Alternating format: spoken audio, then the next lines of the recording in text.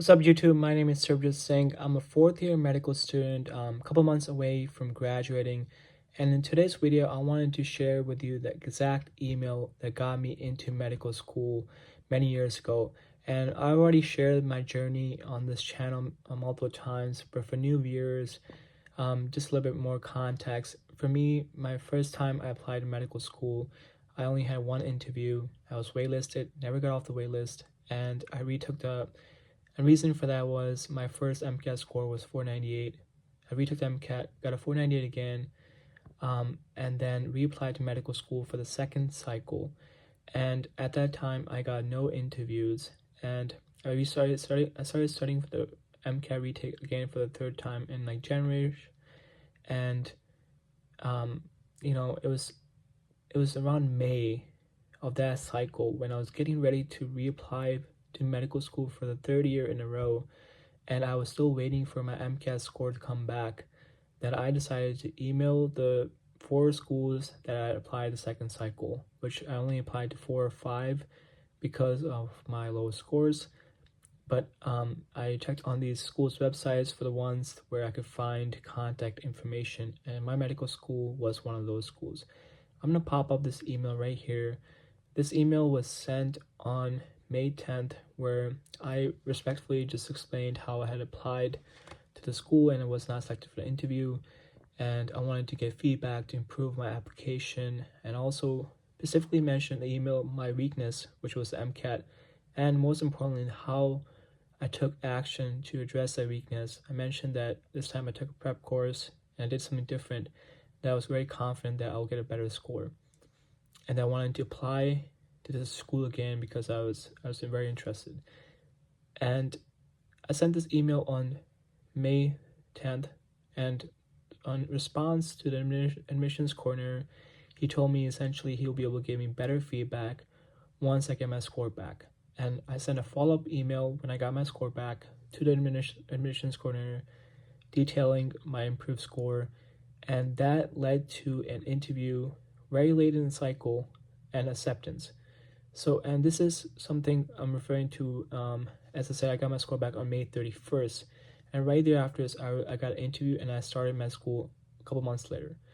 So, reason I share this exact email and I wanted to kind of emphasize these points again, even though I've shared this on my channel, is that my life completely changed because of me reaching out and advocating for myself. I decided to reach out to the program and get feedback, and that led to an interview and acceptance.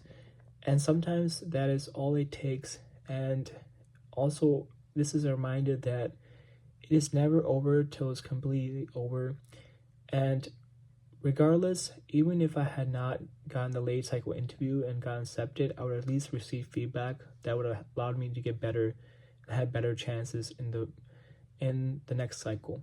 So I make this video to emphasize, if you're someone watching this right now and let's say you have no interviews this cycle and the cycle is coming to an end, to not give up, to don't give up hope, to reach out to the schools you apply to, ask for feedback, see how you can get better, and to show interest. And you never know how this can help you out.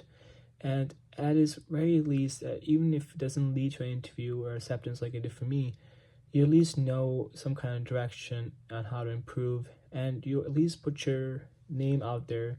The admissions people will at least be familiar with you in terms of you being persistent and asking how you can continually get better, and you being persistent in wanting to go to that specific school, and it will only help you in the future. So if you have no interviews, it's not over. And lastly, I want to encourage you to not give up.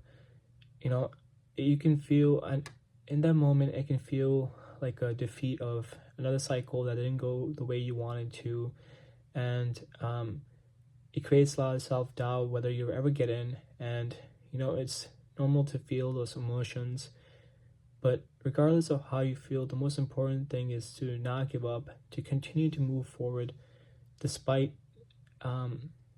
those negative results, and to have the confidence that just because it didn't work out this time around doesn't mean it won't work out next year. And regardless of the reasons. You have to be able to look at the reasons of why you didn't get accepted and see how can you improve. If you have a low MCAT score, this can be fixed by retaking MCAT and this time getting help and approaching the MCAT in a different manner than you did in the past. If you have a low GPA, there are programs out there that you should look into that have post-bac programs where if you get a certain GPA in that post-bac program, you actually get a guaranteed interview for the medical school affiliated with that program, or in some cases even a guaranteed acceptance if you hit a certain GPA. One of my friends actually did this, and that's how he got into med school. So there are a lot of different pathways to get in, and the most important thing is to not give up and to be humble in the sense of being aware of your weaknesses and see how you can get better.